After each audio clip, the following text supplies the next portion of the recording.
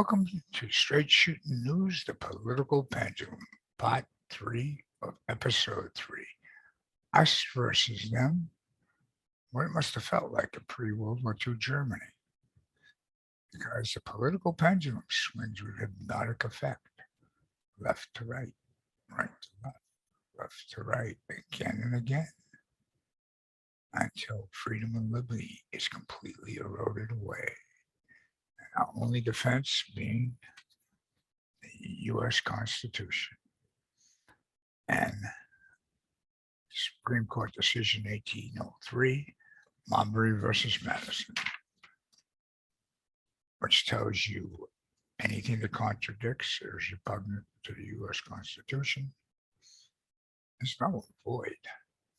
So in part 3, we're going to talk about digital currency and your freedoms. And we found a seminar from March 4th of 2000 the Hoover Institute. It was called U.S., China, and the World at a Crossroads. And we're going to play you an intro to what it's all about, and then we'll talk about it a little more. Roll the intro.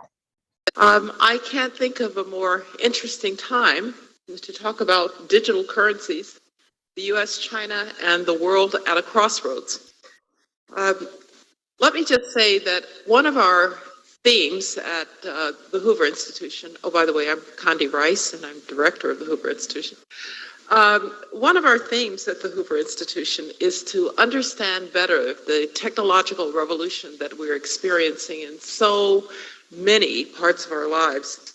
The impact of those technologies, frontier technologies, radical technologies on policy, on our values, on our national security, in effect on every aspect of our lives.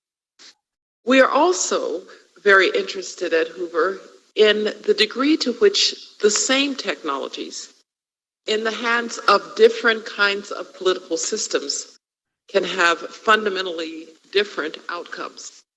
A technique like facial recognition can help you to get through an airport someday in a democracy, or it can send you to a re-education camp if you are a Uyghur in China.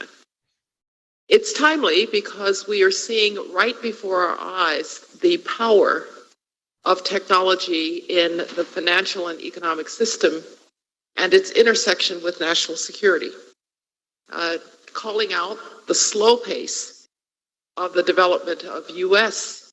digital currencies against the rapid pace of the development of those same technologies, that same digital currency network in China, could in the future put the United States and the free world at a disadvantage. One of the panelists here is going to be Stuart Levy, who was the Undersecretary of Treasury when I was Secretary of State.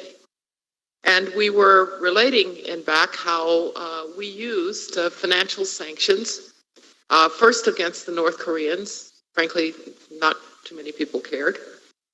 And then used them against the Iranian regime. But we're seeing a really kind of grand experiment right now in the use of financial and banking sanctions against a major economy as hopefully deterrence of further Russian activity. But a lot is at stake here as we think about our long-held expectations that the dollar as the reserve currency for the world would always hold. Perhaps we didn't give enough attention to the technologies that were coming up behind us. As an introduction to what this forum is about. So yeah, we're at a crossroads, very dangerous times. China's developing a digital currency. She's talking about a technical revolution. Is that going to be more of a fourth industrial revolution like Klaus Schwab and the World Economic wants to do? We have in a democracy, she said it herself, it's used for convenience. It's tyrannical forms of government. we're talking about concentration camps. Much of like we were listening to in part 2 about trusting. Wow. So basically what we're looking at here is freedom and privacy, a disadvantage to developing technology.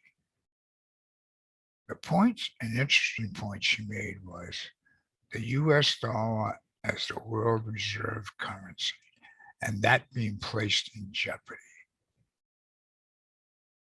Now, it almost reminds me of how they sold the Patriot Act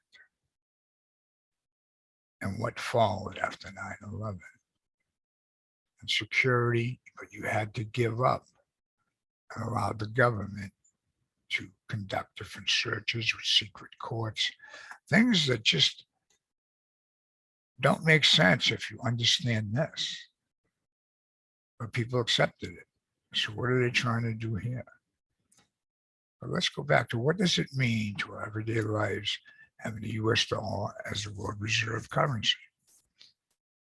Now, if the US dollar can be leveraged as a US reserve currency to protect freedom for Americans, the Constitution, our inalienable rights, and the freedoms of others worldwide, that's extremely important.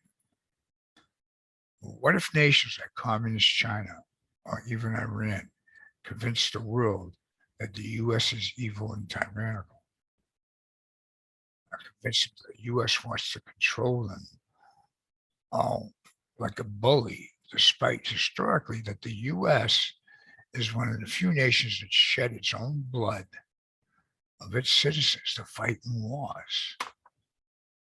And then, when victorious, they didn't annex the countries or the territory, the conquered nations. Instead, they sent aid for them to rebuild. What if they convinced the world that the US is out to destroy the planet? Or even more, what if the forces of tyranny, like in China and Iran, could convince enough of the American people that their nation is completely evil to destroy it from within? Let that sink in. The forum is 2 hours long, so we're just going to play you some of the clips of importance for what transpired and provide you with a link to the full event. With that, let's move to the segment here. Research fellow here at Hoover and has edited and co-authored 2 recent Hoover reports on managing risks from global engagement in our scientific and technological research. So, Zhiguo, you go first. Given the short time, let me just make 4 points as straight as possible. First of all, the Chinese CBDC have many different names in the beginning, but in the end, they finalized to called ECNY, E-CNY. ECNY function as a cash, and it's not credit. So in the following sense, households are going to hold ECNY in these special digital wallets, and these digital wallets you can link to the bank accounts. And these banks, commercial banks, will put 100% of a reserve in central bank against the ECNY. So in that sense, at this point, there is no credit created. This 2-layer system, we call it a 2-layer system, is really try to prevent the economy from cutting off the banks as an intermediary. Okay, and the people should not, as end user, should not perceive any difference between ECNY and those like existing digital payment app like Alipay or Tenpay.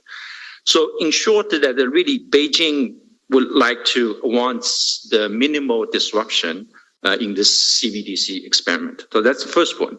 The second point is there's a bunch of questions from the audience we collected in advance, is that really just about the difference between this ECNY and the blockchain.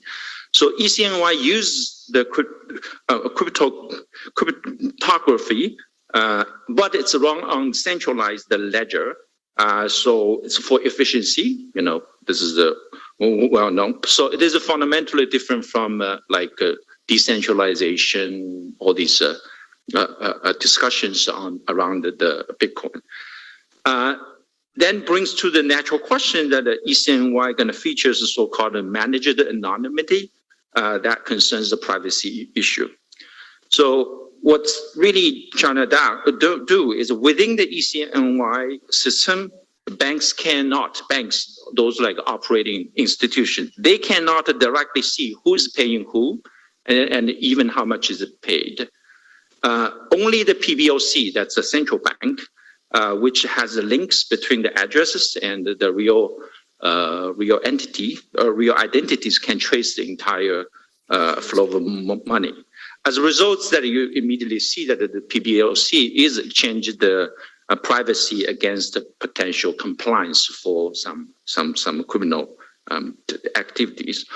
Obviously, that for instance, although the Personal Information Protection Law passed on October 2020 explicitly bans the PBOC from collecting ID information from telecom companies. But in the law, it's allowed that the PBOC, once PBOC see the suspicious accounts activities, then they can resort to the legal forces to obtain the real entity. Okay, so that's the second point regarding the privacy. Third point is that I just want to tell you that even though it's very simple conceptually, right? It's a two-tier system. You have a centralized ledger. ECNY and its implementation are quite challenging technologically. So ECNY was supporting this something called double offline transactions. So two individuals without any internet or telecom connection, you can just tap each other and exchange the ECNY. So it's like literally like a cash. Therefore, that Beijing touts ECNY innovations like these type of features as its edge against Alipay or Tenpay, who still require telecom or internet connections. This leads to my final point. Some questions coming out in advance is that it's about a cryptocurrency versus blockchain. Beijing never likes cryptocurrencies from the very beginning. It is fascinated by blockchain technologies, who thinks that there's a bright future. So Beijing would naturally basically is that ask the private sector to focus on the chain technology itself, but not to touch the currency. There's too much of other socio-economic issues around it, so don't do the currency stuff. So PBOC developed ECNY, and that's the only legal cryptocurrency, and potentially could be embedded into other blockchain projects. This really partly reflects the planned nature of China. And for sure, there are many technological and also economic implications that are lying ahead that we do not know how do we, implement and what's the impact. Think about that. They're creating the digital wallet, putting together a two-layer system, supposedly to protect privacy. Beijing doesn't want to disrupt it, but they like the ECNY because it's different than blockchain, centralization versus the diversity. And the two-layer system is supposed to guide privacy. Are we to believe that? Because he kind of contradicts himself in that a little bit when he's talking about how the central bank can track exchanges of suspicious account activity. So we've got all these things taking place now. We've got a complete breakdown of border, cartels, money exchanges, all this other stuff going on. So it seems like there's a crisis being intentionally created that wasn't there before Biden took office. And now we're going to need a way to trace this. What else he said was interesting was the cryptocurrency, how China was never fond of it, but it had interest in its technological workings. So why would that be? He pretty much said that China has this system in place for economic and political purposes. So the political purposes have to be for one thing. And what could that be? Compliance and control. Sounds similar to what we're talking about in part 2. So with that, let's continue on and see what could go wrong with the Chinese government or any other government controlling digital currency. And ubiquitous mobile payments infrastructure through Alipay and Tenpay. So from a certain point of view, the market has already filled that niche, and ECNY is a solution in search of a problem. But that's not thinking like a state. The Chinese state has powerful domestic motivations for adopting the ECNY, and those fall into two broad categories, economic and political. Let's focus on data for a minute. The ECNY will generate the largest database of financial information in the world. And in an authoritarian state such as China, that could persist indefinitely, ripe for exploitation and abuse. Although the PBOC insists that it will be a good steward of that data, there are serious reasons to doubt its assurances. It's a weak institution in the Chinese bureaucracy. It is required to respond to the dictates and whims of the Communist Party, and even internally as an organization, it has struggled with malfeasance and corruption within its ranks. But also, ECNY data need never leave the custody of the PBOC for it to feature in social control, because the PBOC is charged with oversight over China's corporate social credit system. Because the ECNY is a near perfect tool of economic surveillance, one question is paramount. Who will watch the watchers? In recent years, Beijing has abused its access to financial and banking information to imprison peaceful critics and shut down non-governmental organizations, for example, charging them with tax evasion or violations of national security for receiving funds from abroad. This is the route that it's pursuing in Hong Kong right now to silence civil society. Recall that ECNY is nothing more than code and data, and we know that the CCP and its surrogates have had remarkable success policing cyberspace, eavesdropping on users, and turning the data that they generate against them. Skeptics should not underestimate Beijing's resolve or its capacity to use the ECNY in exactly the same way. The apex watcher may turn out to be Xi Jinping himself. By degree, she has adroitly established dominion over China's political and economic elites and raised the stakes of competition among them. To the extent that the ECNY makes it easier for him to trace and control their wealth and patronage networks, it may sharpen the despotic qualities of his rule, and it may make potential challengers vulnerable, off balance, and less able to defy his will.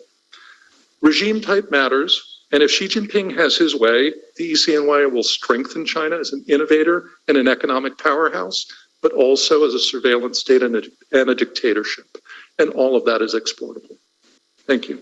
Report about the possibility, maybe likelihood at this point, of China becoming a cashless economy. That is paper money literally disappearing. Is that a realistic prospect? And, what time frame are we looking at? In terms of cashless, I would say that probably 2 years ago, 3 years ago, we already being cashless. Already there. So All right, it's already there. Oh, let's unwind that. Talked about the Chinese state economic and political reasons. And there we go again with,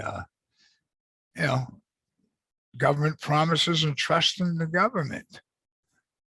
So we have economic control with their system by the Communist Chinese Party. Social credit scores, something that this does not allow.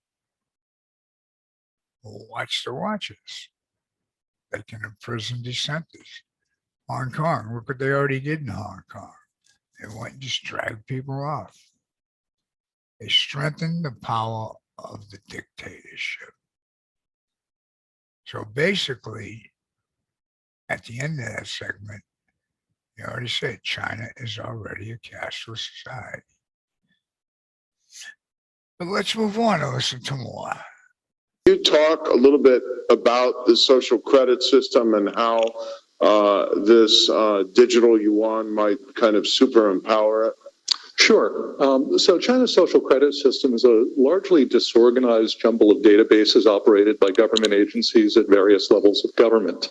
But there's also a parallel corporate social credit system that exists, which is much more built out and much more unified. And the PBOC has been given the task of rationalizing that. And it governs the ability of firms to do business, to get licenses, to do transfers of income and so forth. And it's meant to be a series of carrots and sticks that ensure that they're complying with all actual laws. And if they're not, or if they're causing trouble or speaking out, politically, the state has tools that it can use to adjust their ability to do business in the market, some of which are opaque. And then the key officers of firms will also have individual social credit files attached to their corporate social credit files too. So if you're a company in China, you've got this. The PBOC will have access to just an immense volume of financial transactions and economic data in which it can actually track how firms are doing business. This is of great interest to foreign firms who are doing business in China because it's a source of economic intelligence that the Chinese state can use against them. But it's also a source of leverage of the state over individual firms and their behavior and the behavior of their key executives. And because all of this data will reside in the PBOC, the argument that the PBOC will be a good, honorable steward of the data is sort of a moot point because it's already all in-house and they wield the stick just because they've got oversight over the corporate social credit system. So they can sort of ensure that firms will align with the interests of the Communist Party and the Chinese state.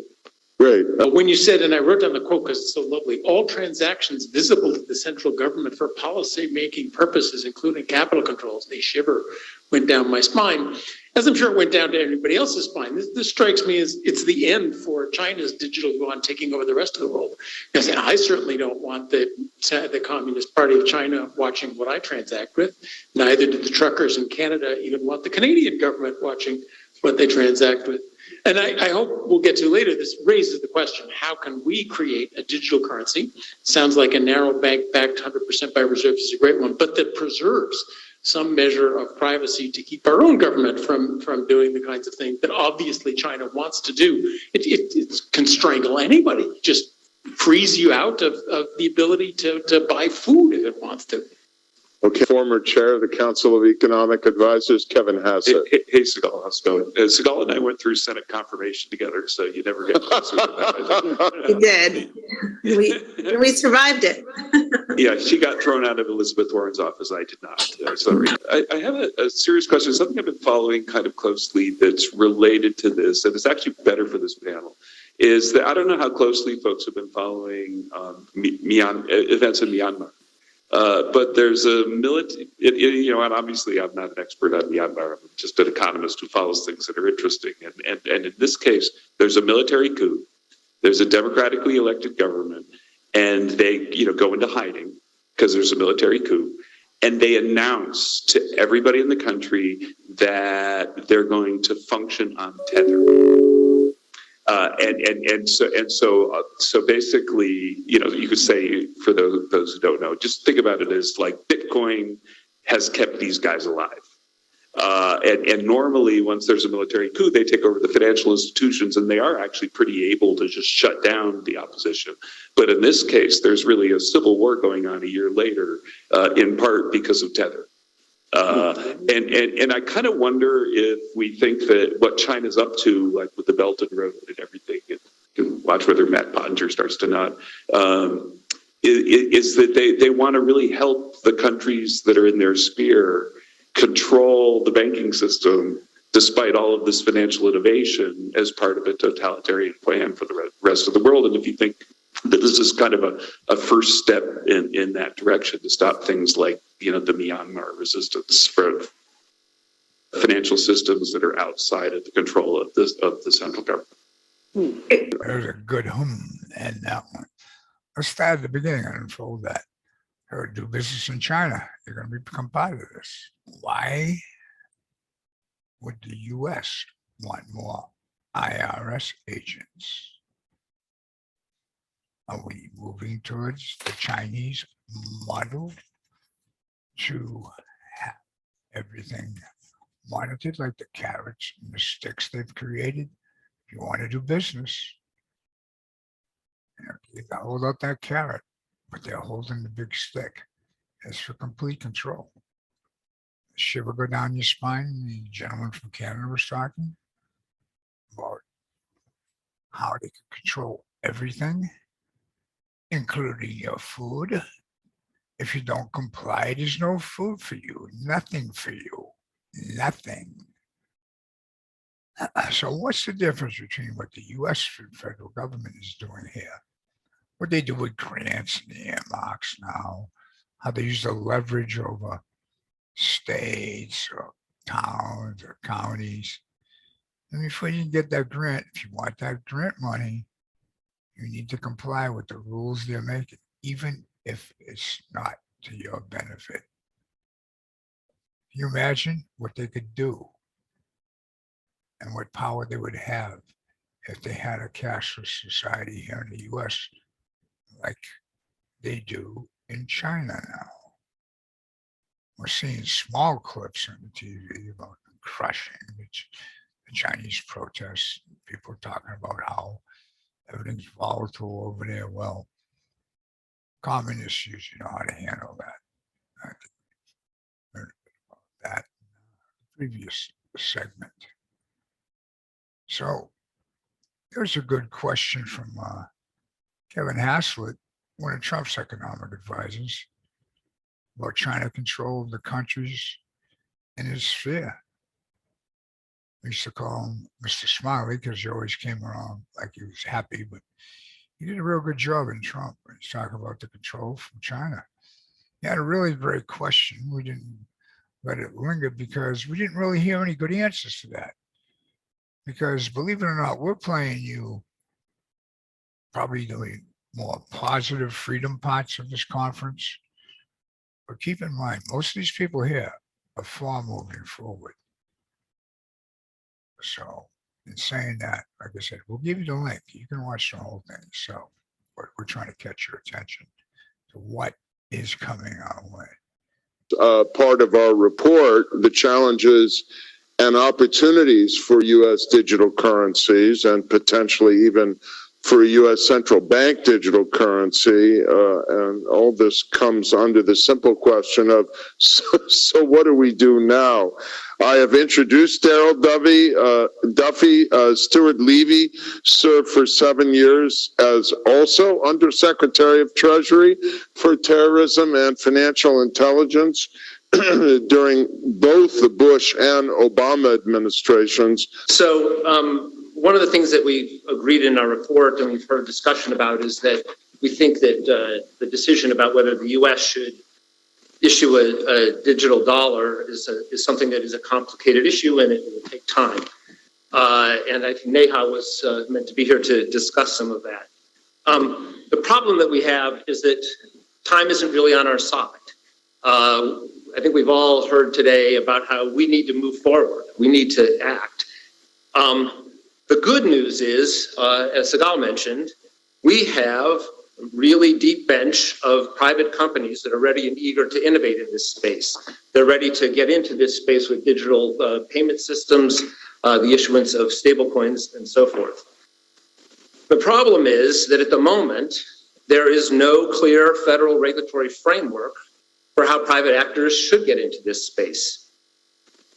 There's a regulatory gap that the U.S. government has recognized and put out a so-called President's Working Group document in November where they cataloged all the risks that were there, but they didn't resolve them. Instead, they said we should have Congress pass legislation to deal with this. And then they said, well, in the end, if Congress doesn't act quickly to pass legislation, then we'll consider designating this activity of stablecoins being offered for retail payments under our authority under the so-called Financial Stability Oversight Council, so-called FSOC. Two quick takeaways from me. One, that the U.S. Regulatory community should be moving forward both domestically and internationally to advance the possibility of the private sector acting in this space and by requiring a good balance between privacy that serves American values and transparency that we need to preserve our national security tools on the other. So I want to get right into this. I want to make it really simple. A lot of what has been written about in the press is about central bank digital currency. China has one, the US needs one. It's not that simple. We need a plan.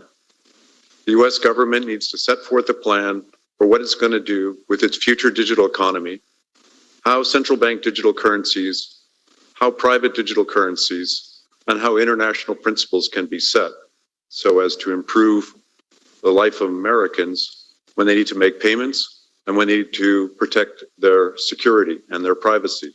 Dr. Neha Narula, who has headed the digital currency project at MIT, working with the Fed, has often said, as we've been briefing government officials over the past 10 days, it's way too early to make a decision about whether the US should deploy a digital currency. The US does not know enough yet about the costs and benefits, whether a US digital dollar is the best solution. The United States needs to begin that technology development, and through a process of feedback with policy formation that reinforms the technology development, how do you protect privacy? That technology doesn't exist if you, at the same time, as Stuart just said, want to make sure that your payment system is protecting the legality of payments and it's efficient. How do you promote financial inclusion? This could go wrong if the unbanked households in America are relying on paper money for various reasons, either because the banking system is too expensive, or they don't know how to access it, or they're afraid to access it. Then promoting a digital currency that might drive out paper money is not necessarily going to increase financial inclusion. The technology for doing that needs to be developed. And it's not simply about a central bank digital currency. There are many other approaches at the Federal Reserve. Our report strongly recommends that the Fed, under appropriate safeguards and guardrails, allow fintech firms to get Fed accounts so that they can provide competition for banks. Our report says that banks are well positioned already to provide efficient, inclusive payments for Americans. However, they don't have the necessary business incentives to do that. The market for payments is lucrative for banks, and there's no particular reason that the CEO of a large bank should, even with a digital dollar or with stablecoin technology, point its consumers towards methods for making payments that would cannibalize profitable franchises like deposit taking, like credit cards. At the People's Bank of China have been saying what they believe standards should be for international use of central bank digital currencies. The US should step forward and take a leading role. It should lay out principles based on US values, privacy protection, and also protecting the monetary sovereignty of other countries. And our report also recommends that the United States government task the intelligence community with assessing the risks and the opportunities posed by China's central bank digital currency. These risks include surveillance, they include the weaponization of money, and the potential erosion of the dominance of the digital dollar. We also met with the staff of a number of senators and the Senate Banking Committee, and we hope to go back in March when Congress is in session, and we will be meeting with some senators and some members of the House of Representatives to go through the same process of briefing officials on our recommendations and findings. Okay, we're going to end it there. We're going to let you dig into more of it. But let's just take a look at what he said. Now, I just want to make it clear. He's all for this. We just played you the good clips that you should actually be concerned about. because this is what matters to you. Hopefully, it's more important than just convenience. It's complicated, he says, but it's urgent. Where did we hear that before? That's one of the biggest ploys of government. We heard it going back to following 9/11. We had, oh, protect the homeland, surrender your rights. Let's pass the Unpatriot Act. Only 2 reps voted against it. I've said this before. Republican Ron Paul and Democrat Dennis Kucinich. They're the only 2 that could foresee where this would be going. Okay, companies are ready to go. Of course they are. They're going to be all ready to go. Congress in the executive branch, they're going to take a look at it. If Congress doesn't do it, the executive branch is going to move in one of their agencies. And they're all for it. They're going to protect from fraud. And they're going to protect the private sector's privacy. Doesn't that sound a little bit like what we just showed you about Twitter? I remember this was in March, long before Elon came up to buy Twitter. But do you really trust these people? And it gets even better. I mean, the government is going to protect our privacy, just like China is doing. And they're going to protect what? Our information from China, our financial information. China's already getting it all. They're bleeding into everything.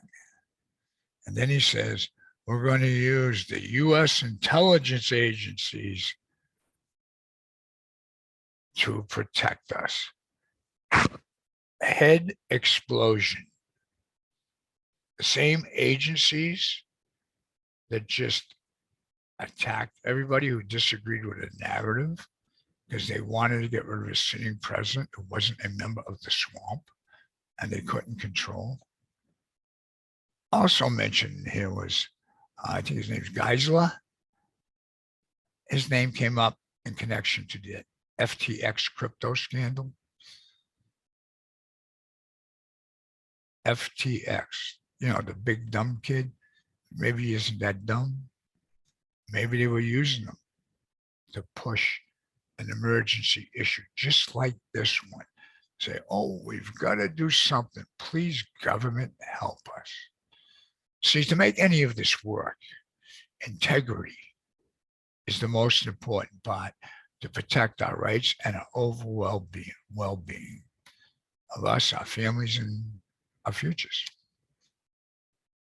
The bottom line is they're asking we the people to place a lot of trust in the hands of government with digital centralized currency as a manner of exchange.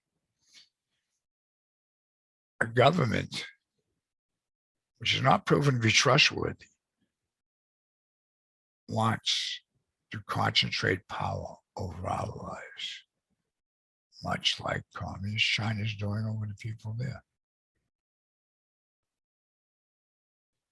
We wanted to put this out for you just to get you to start thinking. Our founders put checks and balances in place. This was to limit the power of government. Now, what we showed you tonight, starting with the elections and how that all worked in, then to just your basic life. People want to remove you from the planet and trying to convince you to go. So now want to control your financial system. So remember, the political pendulum swings and the hypnotic effect from left to right to left again and again until all our freedoms are completely eroded away. Hope you enjoyed our show. Good night for Straight Shooting News.